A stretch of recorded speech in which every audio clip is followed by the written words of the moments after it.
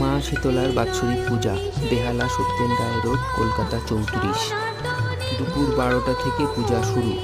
বেলা 3টে দণ্ডি কাটা, বেলা 4টে মায়ের অঞ্জলি প্রদান। এরপর হোমযজ্ঞ শেষ হয় প্রায় 5:30টা।